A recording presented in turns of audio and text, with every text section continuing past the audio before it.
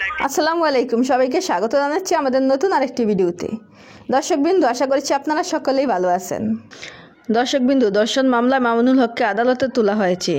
দর্শকবৃন্দ, আপনাদেরকে ভিডিওটি দেখাবো তার আগে আপনাদের কাছে ছোট্ট একটি অনুরোধ করব, যারা আমার চ্যানেলে নতুন এসেছেন অবশ্যই সাবস্ক্রাইব করে পাশে থাকা বেল আইকনটি বাজিয়ে দিবেন। এর আগেই যারা সাবস্ক্রাইব করেছেন তাদেরকে জানাই অসংখ্য ধন্যবাদ। চলুন ভিডিওটি দেখে আসি।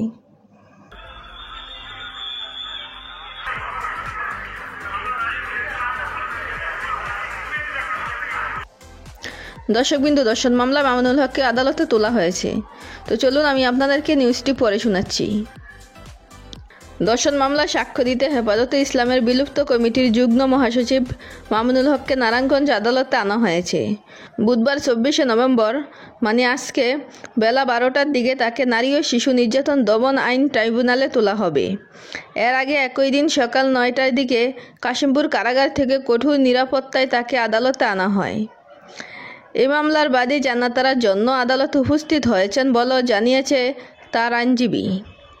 রাষ্ট্রপক্ষের আইনজীবী রকিবউদ্দিন আহমেদ এ তথ্য নিশ্চিত করে জানান, বুধবার 24শে নভেম্বর বেলা 12টায় মামুনুল হককে আদালতে তোলার পর জন্না তার ধর্ষণ মামলায় সাক্ষ্য দেবেন। মামুনুলকে আনার কিছুক্ষণ পর জন্য আদালত চত্বরে উপস্থিত হন। আদালত চত্বরে অতিরিক্ত পুলিশ মোতায়েন করা হয়েছে। দর্শকবৃন্দ, আমরা সবাই দোয়া করব জান্নাতারা জন্না যাতে এই মামলায় হেরে যান এবং মামুনুল হক যেন নির্দোষ প্রমাণিত হয়ে আমাদের মাঝে ফিরে আসেন। তো আপনাদের কি মতামত অবশ্যই কমেন্ট করে জানাবেন। দেখা হচ্ছে পরবর্তী ভিডিওতে। সে পর্যন্ত সবাই ভালো থাকবেন, সুস্থ থাকবেন। আসসালামু আলাইকুম।